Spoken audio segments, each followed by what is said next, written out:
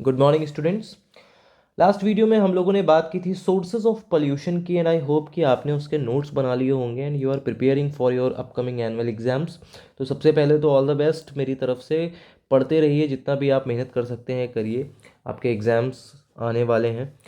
और इस वीडियो की अगर हम बात करें तो हम इसमें पढ़ने वाले हैं effect of pollutions, various type of pollutions के क्या इफ़ेक्ट होते हैं हम पर, हमारे इन्वायरमेंट पर, हमारे आसपास के जितने भी लिविंग ऑर्गेनिजम्स हैं, या अगर हम शॉर्ट में बोलें तो हमारे सराउंडिंग्स पर इसका क्या इफेक्ट पड़ता है, ये हम इस वीडियो में पढ़ने वाले हैं। ठीक है, तो सबसे पहले हम पढ़ेंगे एयर पोल्यूशन और उसके इफ़ेक्ट्स के बारे में। ठीक है, एयर पोल्यूशन क्या होता है आपको पता है कि जब हवा में कई तरह की हार्मफुल गैसेस मिल जाती हैं और एयर को पोल्यूट कर देती हैं, उसको हम एयर पोल्यूशन कहते हैं। उसके अलावा कई सॉलिड पार्टिकल्स भी होते हैं जो एयर को पोल्यूट करते हैं, पॉलन ग्रेन्स होते हैं, डस्ट पार्टिकल होते हैं।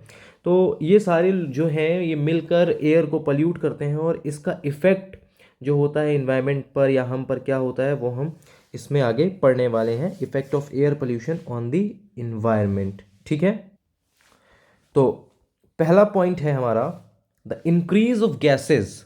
जब एयर में गैसेस इंक्रीज करने लगती हैं such as carbon dioxide, methane, nitrogen dioxide, chlorofluorocarbon, जिसको हम शॉर्ट में कहते हैं CFC। ठीक है, ये सारी जब गैसेस इंक्रीज करती हैं किस में, एटमॉस्फेयर में, तो ये क्या करती हैं, जो अर्थ की हीट है, अर्थ से जो हीट रिलीज हो रही है, टेरेस्ट्रियल रेडिएशन हो रहा है, उसको ट्रैप कर लेती हैं। ठीक है, और अर्थ से बाहर जाने से रोकती हैं। क्लियर, ये क्या करती हैं, अर्थ से जो भी रेडिएशन हो रहा है हीट का उसको ट्रैप कर लेती हैं और उसे बाहर रिलीज नहीं करने देती, जिसकी वजह से ग्लोबल वार्मिंग जो है वो बढ़ती है। पहला इफेक्ट ग्लोबल वार्मिंग। दूसरा, ग्लोबल वार्मिंग जब बढ़ जाती है तो उसके कई सारे इफ़ेक्ट होते हैं, जैसे कि ग्लोबल वार्मिंग बढ़ने पर क्या होता है, इन्वायरमेंट पर असर पड़ता है। जो हमारी आइस है, जो हमारे आइस कैप्स हैं, जो माउंटेन्स पर, हिल्स पर आइस है, या फिर जो हमारे पोल्स पर आइस है, वो सब क्या करने लगती है, मेल्ट करने लगती है। मेल्ट तो वो वैसे भी कर रही है, लेकिन जब ग्लोबल वार्मिंग होता है तो उसकी वजह से उसमें जो उसका क्या कह सकते हैं, फ्रिक्वेंसी जो होती है ना मेल्ट होने की, या फिर वो बहुत ज़्यादा रैपिडली मेल्ट होने लगती है। क्यों? क्योंकि वहाँ का टेम्परेचर बढ़ने लगता है। ठीक है, global warming also increases the rate of evaporation of surface water. Global warming की वजह से हीट बढ़ेगी तो जो सरफेस पर वाटर है उसमें इवेपोरेशन भी बढ़ेगा।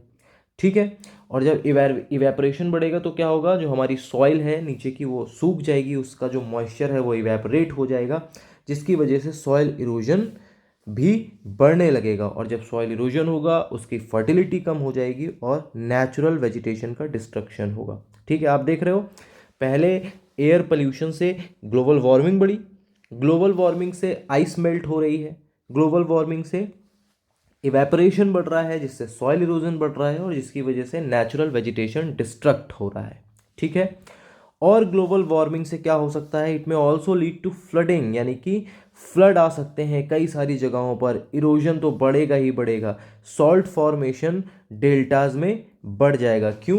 क्योंकि जो वहाँ पर मॉइस्चर है सॉइल में, या जो वहाँ के सेडिमेंट्स हैं उसका जो मॉइस्चर है वो क्या होगा, वो इवेपरेट हो जाएगा, जिसकी वजह से सॉइल का फॉर्मेशन बढ़ जाएगा। ठीक है, तो ये तो बात हो गई हमारी कि इफेक्ट क्या है इन्वायरमेंट पर एयर पोल्यूशन का।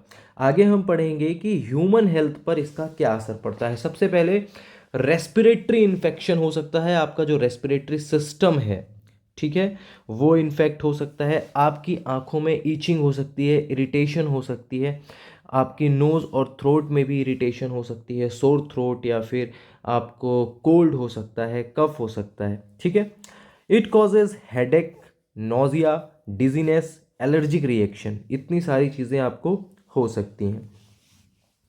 एयर पोल्यूशन में also cause chronic respiratory diseases, आपको रेस्पिरेटरी इन्फेक्शन, और उसके साथ साथ अगर इन्फेक्शन ज़्यादा बढ़ जाए तो डिसीजेज भी हो सकती हैं, और ज़्यादा जो सीवियर डिसीज होती हैं, जैसे कि लंग कैंसर भी हो सकता है।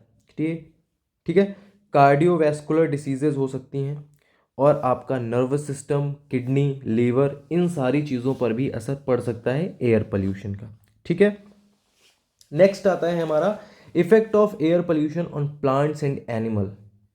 तो क्या असर पड़ता है प्लांट्स एंड एनिमल पर? सबसे पहला पॉइंट, नाइट्रोजन डाइऑक्साइड जो है वो क्या करती है, जो लीव्स होती हैं ना उनको प्रीमेच्योर फॉल कर देती है, यानी कि जो पत्तियां हैं वो अपनी मैच्योरिटी से पहले ही सूख कर गिर जाती हैं नाइट्रोजन डाइऑक्साइड की वजह से। ठीक है। It also effect the growth of plants, plant की ग्रोथ पर भी इसका असर पड़ता है। ठीक है, जिसकी वजह से लो क्रॉप यील्ड यानी कि जो प्रोडक्शन होता है उस पर भी असर पड़ता है। नेक्स्ट पॉइंट है हमारा, ozone enters the leave of plant through stomata. जो ओजोन है वो लीव्स में एंटर कर देती है, ठीक है, स्टोमेटा के through. It then dissolve with water, उसके बाद ये पानी के साथ घुलती है within the plant and react with other chemicals, और डैमेज करती है हमारी पत्तियों को, हमारी लीव्स को, प्लांट्स को वीक कर देती है। ठीक है, जिसकी वजह से ये जल्दी से क्या होते हैं, डिसीजेस के अंदर में आ जाते हैं, जल्दी से इन्फेक्ट हो जाते हैं, इनमें पेस्ट यानी कि कीड़े लग जाते हैं और सूख भी जाते हैं। ठीक है, ओजोन की वजह से। नेक्स्ट पॉइंट फिर से नाइट्रोजन डाइऑक्साइड की वजह से है, जो कि हम ऊपर भी पढ़ चुके हैं कि pre mature falling of leaves हो सकता है। ठीक है, और क्रॉप की यील्ड बढ़ जाती है। ये पॉइंट जो है वो रिपीट हो गया है। नेक्स्ट,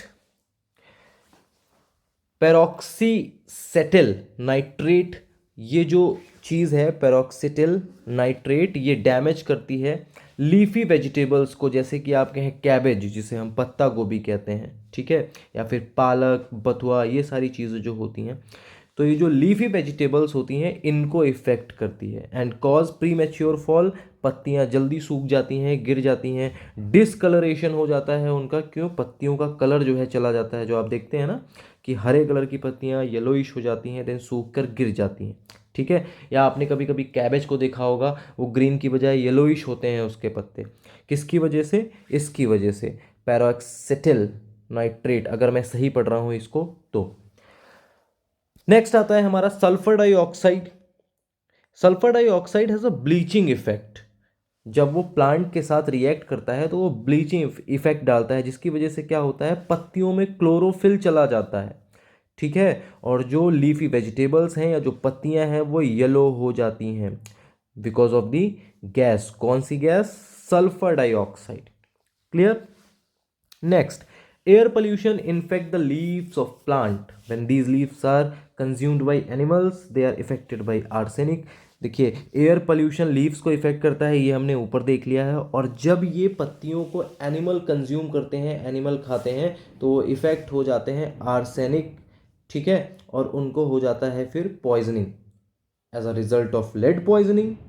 ठीक है, एनिमल में suffer from bronchitis and the loss of appetite. ठीक है, सफ़र किससे करते हैं? ब्रोचिटिस से, या फिर उनका जो लॉस ऑफ एपेटाइट है, यानी कि भूख ना लगना या फिर खाने की इच्छा ना, ये सारी चीज़ें भी उनके साथ हो सकती हैं। ठीक है, apart from these air pollution में डैमेज द पेंटेड सरफेसेस। जिन भी सरफेस पर पेंट किया होता है वहाँ से आप देखेंगे कि जो पेंट है वो उखड़ने लगता है। ठीक है, फैब्रिक पर भी असर डालता है, बिल्डिंग्स पर भी असर डालता है। और एग्जाम्पल के लिए अगर हम देखें तो जो एसिड रेन है, एसिड रेन क्यों होती है वो आपको पता है। एसिड रेन का रीज़न है कि एयर पोल्यूशन में जो हमारी गैसेस हैं वो एयर के साथ, वाटर के साथ मिलकर सल्फ्यूरिक एसिड बनाती हैं, जिसकी वजह से एसिड रेन होती है। तो आप देखेंगे एसिड रेन की वजह से जो ताजमहल है उस पर जो मार्बल है वो येलोइश हो रहा है। ठीक है, सल्फ्यूरिक एसिड की वजह से। क्लियर? उसके बाद कई सारे मेटल्स भी होते हैं जिनके ऊपर असर होता है, लाइक स्टील, कॉपर, जिंक पर भी जो हमारा एयर पोल्यूशन है उसका असर होता है। तो ये था हमारा एयर पोल्यूशन के इफ़ेक्ट्स। नेक्स्ट हम पढ़ेंगे वाटर पोल्यूशन और उसके इफ़ेक्ट। वाटर पोल्यूशन आपको पता है, जब हमारा वाटर जो है गंदा हो जाता है, ठीक है, उसमें यूट्रोफिकेशन बढ़ जाता है या बायोमैग्निफिकेशन बढ़ जाता है, या फिर किसी भी तरह का जो पोल्यूटेंट उसमें आके मिक्स हो जाते हैं, उसको हम कहते हैं वाटर पोल्यूशन। यूट्रोफिकेशन क्या होता है, मैं इसको पढ़ूंगा नहीं, मैं आपको ऐसे ही बता देता हूँ। यूट्रोफिकेशन का मतलब जब जो वाटर बॉडी है और उसमें जो पानी है उसके अंदर ऑक्सीजन की क्वांटिटी कम होने लगती है, रिड्यूस होने लगती है, तो उसको हम कहते हैं यूट्रोफिकेशन। ठीक है। और यूट्रोफिकेशन की वजह से जाहिर सी बात है कि जब उसमें ऑक्सीजन कम हो गया है तो वहाँ पर जितने भी लिविंग ऑर्गेनिज्म हैं, टर्टल हैं, फ्रॉग्स हैं, फिशेस हैं, इंसेक्ट्स हैं, स्नेक्स हैं, जो भी हैं, उनको ऑक्सीजन की कमी होने लग जाती है, जिसकी वजह से उनका इकोसिस्टम खत्म हो जाता है और उनकी डेथ होने लगती है। क्लियर। बायोमैग्निफिकेशन क्या होता है ये भी देख लेते हैं। When the quantities of harmful substances such as pesticide and insecticide increase in the food chain of marine and aquatic organism. क्या जब पेस्टिसाइड और इंसेक्टिसाइड्स इंक्रीज करने लगते हैं हमारे फूड चेन में, जब हम इनको ज़्यादा यूज़ करने लगते हैं, ठीक है, या फिर मरीन लाइफ या एक्वेटिक ऑर्गेनिज्म की फूड चेन में इन सारी चीज़ों की जो क्वांटिटी है वो बढ़ जाती है और फिर उसको वो लोग खा लेते हैं, ठीक है, इसको हम कहते हैं बायो मैग्निफिकेशन। इन शॉर्ट अगर हम कहें तो जो हमारी फूड चेन में टॉक्सिक चीज़ों की जो क्वांटिटी है वो बढ़ जाती है, उसको हम कहते हैं bio magnification. Clear. Human health पर इसका क्या असर पड़ता है हम देखेंगे। सबसे पहले pathogens are disease causing bacteria. जो पैथोजेंस होते हैं वो एक ऐसा बैक्टीरिया है जिससे डिसीज होता है। कहाँ पर होता है ये? वेस्ट वाटर में, जो भी हमारे घर से निकलता है या इंडस्ट्री से निकलता है उसके अंदर ये मिलता है। When contaminated water is consumed by the pathogens enter the human body. अगर कोई भी ऐसा वाटर है जिसमें पैथोजेंस हैं और वो ह्यूमन बॉडी में एंटर करता है, जिससे क्या होता है, वाटर बोर्न डिसीज हो सकती हैं, जैसे कि टाइफॉइड हो सकता है, कॉलेरा हो सकता है, डायरिया हो सकता है, डिसेंट्री एंड जॉइंटिस, ये सारी बीमारियां आपको हो सकती हैं। ठीक है, तो आपको 2-3 बीमारियों के नाम याद कर लेने हैं। नेक्स्ट है हमारा मेटल, जैसे कि लेड, मर्क्यूरी, कैडमियम। ये सब क्या है? ये सब पानी में घुल जाते हैं और जब ये पानी में घुल जाते हैं उनसे सेवरल डिसीजेज हो सकती हैं अगर ये ह्यूमन बॉडी में आ जाएं। When water contaminated with cadmium was consumed by Japanese, they were affected by a disease. देखो, जब जापानीज ने कैडमियम से मिला हुआ पानी कंज्यूम किया तो उनको एक डिसीज हो गई जिसको कहा जाता है इटाई इटाई। ठीक है। Similarly a disease known as Minamata, इसी से मिलती जुलती एक हमारी डिसीज़ है जिसे हम कहते हैं मिनीमाता। ठीक है। जापानीज ने जब फिश कंज्यूम करना स्टार्ट किया एक ऐसी वाटर बॉडी से जहाँ पर मर्क्यूरी की क्वांटिटी ज़्यादा थी, मींस जहाँ पर कोई इंडस्ट्री थी जो कि उस वाटर बॉडी में क्या करती थी, डिस्पोज करती थी किसको? मर्क्यूरी को। और फिर वहाँ से फिश पकड़कर कौन खा रहे थे? जापानीज। इसकी वजह से क्या हुआ, जब वो खा रहे थे तो उनको मिनीमाता, जिसको आप स्मॉल पॉक्स भी कह सकते हो, वो बीमारी हो गई। ठीक है, जिसको वहाँ पर क्या कहते हैं? Itai itai. Clear. Other effect क्या हो सकते हैं? ये तो हो गए ह्यूमन बॉडी की बात। अदर इफेक्ट की बात अगर हम करें तो जब फॉस्फोरस एंड नाइट्रेट्स फर्टिलाइजर में ये मिलते हैं आपको, क्या चीज़? Nitrate and phosphorus. जब ये पानी में डिस्पोज होते हैं तो ये क्या करते हैं? ये एल्गी की ग्रोथ को मोटिवेट करते हैं। ठीक है। अगर एल्गी पानी में बहुत ज़्यादा हो जाती है तो उसमें जो है ऑक्सीजन क्या होती है? वो रिड्यूस होने लगती है, जो कि मैंने आपको यूट्रोफिकेशन में बताया था। तो अगर एल्गी पानी में बढ़ जाती है due to phosphorus and nitrates तो उसमें ऑक्सीजन डिजॉल्व नहीं हो पाती है, रिड्यूस हो जाती है, जिसकी वजह से फिशेस वगैरह जो हैं वो मरने लगती हैं या अदर जो भी ऑर्गेनिजम्स हैं वो भी डेथ होने लगती है उनकी। क्लियर। इंडस्ट्रियल इन्फ्लुएंस, ऐसे लिक्विड्स जो इंडस्ट्रीज से निकल रहे हैं जिसके अंदर केमिकल है, जैसे कि मरकरी है, जिसके अंदर लेड है, कैडमियम है, ये केमिकल्स जब कंज्यूम किए जाते हैं फिश के द्वारा, जब फिश इनको कंज्यूम कर लेती है और फिश को ह्यूमन बॉडी कंज्यूम कर लेती है तो इससे, अभी मैंने आपको ऊपर बताया था, इटाई इटाई नाम की एक जो जापानीज़ को डिसीज़ हो गई थी जो कि सिमिलर है एज मिनी माता, जिसे हम स्मॉल पॉक्स भी कहते हैं।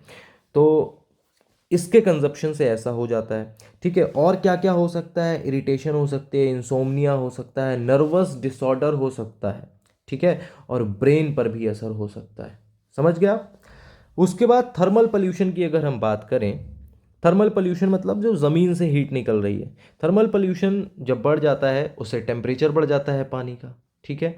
और पानी का टेम्परेचर बढ़ने से उसके अंदर का ऑक्सीजन लेवल कम हो जाता है और अगेन जब पानी में ऑक्सीजन कम हो जाएगा तो वही होगा जो यूट्रोफिकेशन में होता है, जो स्पीसीज हैं फिश की वो मर जाएंगी। ठीक है। और भी जैसे कि ऑयल ड्रिल हो जाए या ऑयल स्पिल हो जाए, और उसकी वजह से भी जो सी वाटर है वो कंटेमिनेट हो जाता है, इसकी वजह से भी मरीन लाइफ की डेथ हो सकती है। ठीक है, ये था हमारा इफेक्ट वाटर पोल्यूशन का। सॉइल पोल्यूशन के इफेक्ट की अगर हम बात करें तो सबसे पहले आता है इसमें इंडस्ट्रियल इन्फ्लुएंस। जैसे देखिए, एक मैं आपको बात बता देता हूँ कि जो सॉइल पोल्यूशन और वाटर पोल्यूशन है वो लगभग आपस में कनेक्टेड है, क्योंकि वाटर बॉडी में वाटर जब जाता है तो वो सॉइल से होकर ही जाता है। ठीक है, तो इंडस्ट्रियल इन्फ्लुएंस जिसमें केमिकल होते हैं, ठीक है, वो क्या करता है, अंडरग्राउंड वाटर को पल्यूट करता है। जाहिर सी बात है कि मान लीजिए किसी भी सरफेस पर बहुत सारा केमिकल पड़ा हुआ है और पानी बरसता है तो उससे क्या होगा। अगला पॉइंट हम देखते हैं, crops and plants which grow on infected soil. मान लीजिए कि कोई एक ऐसी ज़मीन है जिसके ऊपर कोई केमिकल रिलीज किया गया है या आसपास कोई इंडस्ट्री है, और अगर उसके ऊपर कोई क्रॉप ग्रो कर जाती है तो जाहिर सी बात है कि जो पार्टिकल हैं एलिमेंट्स के या मर्क्यूरी के या लेड के या किसी भी केमिकल के, वो उसके अंदर आपको वो उसके अंदर आपको मिलेंगे। ठीक है, तो जाहिर सी बात है कि जो क्रॉप उसमें ग्रो हो रही है उसके अंदर भी वो सारे पार्टिकल्स जब आ गए हैं और कोई ह्यूमन या फिर कोई एनिमल उसको कंज्यूम कर रहा है, दैट मीन्स कि वो उसकी बॉडी में जा रहे हैं। ठीक है, और उसकी वजह से उसको क्रॉनिक इलनेस हो सकती है, बीमारी हो सकती हैं कई सारी। ठीक है, अगला पॉइंट, नाइट्रोजेनस फर्टिलाइजर्स। ऐसे फर्टिलाइजर्स जिसके अंदर नाइट्रोजन है वो क्या करते हैं, टॉक्सिक कंसंट्रेशन को प्रोड्यूस करते हैं।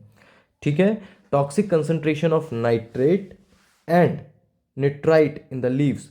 पत्तियों में नाइट्रेट का कंसंट्रेशन एंड निट्राइट का कंसंट्रेशन जो है वो बढ़ जाता है।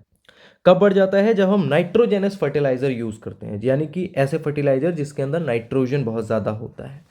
नेक्स्ट पॉइंट की अगर हम बात करें तो soil pollution results in the loss of soil fertility. Again जाहिर सी बात है कि अगर कोई सॉइल को पोल्यूट करेगा तो सबसे पहले उसकी फर्टिलिटी खत्म हो जाएगी। ठीक है, और फर्टिलिटी नहीं है तो फिर प्रोडक्टिविटी भी नहीं है। जाहिर सी बात है कि अगर किसी सॉइल की फर्टिलिटी नहीं है, हम उसमें कोई भी चीज़ बो रहे हैं, कोई भी क्रॉप लगा रहे हैं, तो उसमें प्रोडक्शन नहीं आएगा, और हो सकता है आ भी जाए तो इन कंपैरिजन नॉर्मल से कम आएगा या बहुत कम आएगा। ठीक है, तो ये तो बात हो गई हमारे सॉइल पोल्यूशन के इफेक्ट की। Effect of soil pollution on human health. अब हम देखते हैं, ऊपर हमने पढ़ा कि अलग अलग जगहों पर क्या इफेक्ट होते हैं प्लांट्स वगैरह पे, अभी हम पढ़ेंगे ह्यूमन हेल्थ पर क्या असर पड़ते हैं। पल्यूट सॉइल में कंटेन पैथोजेंस। अभी आपने ऊपर पढ़ा था कि ये ऐसे वायरस होते हैं जो कि डिसीज क्रिएट करते हैं। ठीक है, तो पल्यूटेड सॉइल में कंटेन पैथोजेंस वायरसेस एंड इंटेंशियल या इंटेस्टिनल वॉर्म्स विच में एंटर द ह्यूमन बॉडी। ठीक है, इंटेस्टिनल वॉर्म्स हैं ये, जो कि ह्यूमन बॉडी के अंदर एंटर कर सकते हैं जब हम फल खाते हैं, सब्जियां खाते हैं, और खासकर तब जब हम बिना धो के खा लेते हैं। ठीक है, बिना धोए खा लेते हैं। तो these bacteria and viruses may cause many type of diseases among humans. कई तरह की बीमारियां हो सकती हैं। Human consume animal which graze on grass. मान लीजिए कि कोई एनिमल, जैसे कि मान लीजिए गोट, ठीक है, मटन। गोट क्या करती हैं, घास खाती हैं, ग्रेज करती हैं। मान लीजिए कि वो जिस तरह की भी घास खा रही हैं, वो घास ऐसी ज़मीन पर ग्रो हुई है जो कि केमिकल से इफेक्टेड है या फिर किसी रेडियो एक्टिव एलिमेंट से इफेक्टेड है, तो क्या होगा, इट में create a several abnormalities in human organs. अगर आप उसे खा लेंगे या फिर अच्छे से पका के नहीं खाएंगे तो उसके अंदर का जितना भी रेडियो एक्टिव मटीरियल है वो आपकी बॉडी में चला जाएगा और एबनॉर्मल चीज़ें आपकी बॉडी के साथ हो सकती हैं। ठीक है, स्ट्रेंज चीज़ें हो सकती हैं।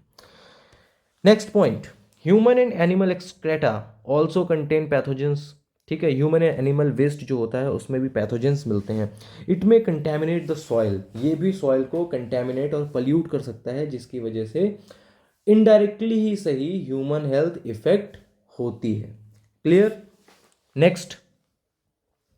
नेक्स्ट आता है हमारा radio active pollution and effect. तो मैं आपको हर वीडियो में बार बार बताता हूं कि सबसे ज़्यादा खतरनाक इमीडिएट इफेक्ट करने वाला अगर कोई पोल्यूशन है तो वो है ये पोल्यूशन, जिसे हम कहते हैं radioactive pollution. Clear. Effect की हम बात करते हैं डायरेक्ट। रेडियो एक्टिव पोल्यूशन के इन्वायरमेंट पे क्या असर पड़ते हैं। देखिए, radioactive pollution effect our environment. The radioactive waste can not be destroyed. सबसे पहली बात कि रेडियो एक्टिव वेस्ट को डिस्ट्रॉय नहीं किया जा सकता। ठीक है, इसीलिए ये हमारे इन्वायरमेंट में बहुत ज़्यादा लंबे समय तक रहते हैं। ठीक है, this can lead to the discolouring of trees. इससे पेड़ जो है वो उनका कलर खत्म हो सकता है, वो येलो पड़ सकते हैं, पूरा का पूरा फॉरेस्ट खराब हो सकता है, पूरे के पूरे फॉरेस्ट के पेड़ जो है वो येलो हो सकते हैं। जैसे कि for example after the Chernobyl nuclear accident, Chernobyl मैंने आपको बताया था, चेरनोबिल जो है एक जगह है, एक कंट्री है यूक्रेन, वहाँ पर ये पड़ता है। तो वहाँ पर एक न्यूक्लियर एक्सीडेंट हुआ था, उसके पास एक पाइन फॉरेस्ट था। ठीक है, और वो पूरा का पूरा जो पाइन फॉरेस्ट था वो रेडिश ब्राउन हो गया था आफ्टर द एक्सीडेंट। क्लियर? तो फर्स्ट पॉइंट। सेकंड पॉइंट है the underground disposal of radioactive waste में कंटेनिमेट द ड्रिंकिंग वाटर। अगर हम अंडरग्राउंड डिस्पोज करते हैं रेडियो एक्टिव वेस्ट को तो हमारा जो अंडरग्राउंड वाटर है वो कंटेमिनेट हो जाएगा। ठीक है, जिसकी वजह से प्लांट्स को हार्म पहुंचेगा, एनिमल्स और ह्यूमंस तीनों को ही हार्म पहुंचेगा। क्लियर? आगे बढ़ते हैं। Effect of radioactive pollution on human health. सबसे पहला, radiation are extremely dangerous for human health. ठीक है, ये आपकी बॉडी में हार्मफुल चेंजेस कर सकते हैं, आपकी सेल्स को डिस्ट्रॉय कर सकते हैं, आपकी सेल को म्यूटेट कर सकते हैं। ठीक है, ये जीन्स को इफेक्ट कर सकते हैं, पूरी की पूरी जनरेशन इससे इफेक्ट हो सकती है जो कि आने वाली जनरेशन है। और हो ऐसा भी हो सकता है कि कई सारी जनरेशन तक ये ट्रांसफ़र हो इसका असर।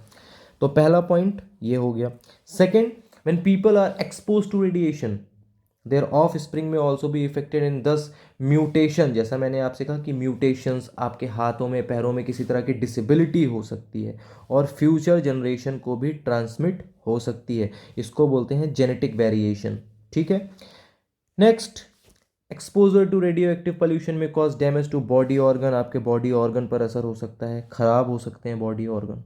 लंग कैंसर हो सकता है, ब्रेन कैंसर हो सकता है, थायराइड कैंसर हो सकता है। ठीक है, स्टेरिलिटी हो सकती है and reduce of defective eyesight, आपकी आंखों की रोशनी भी जा सकती है। तो ये था ह्यूमन हेल्थ पर रेडियो एक्टिव पोल्यूशन का क्या इफेक्ट होता है। ठीक है, तो जितने भी तरह के पोल्यूशन थे उन सब के इफेक्ट हमने इस वीडियो में पढ़ लिए हैं। क्लियर? नेक्स्ट वीडियो में हम लोग क्या पढ़ेंगे कि प्रिवेंट कैसे कर सकते हैं हम इस पोल्यूशन को। क्लियर? तो this video is over here, हम आपसे मिलेंगे नेक्स्ट वीडियो में। Thank you so much.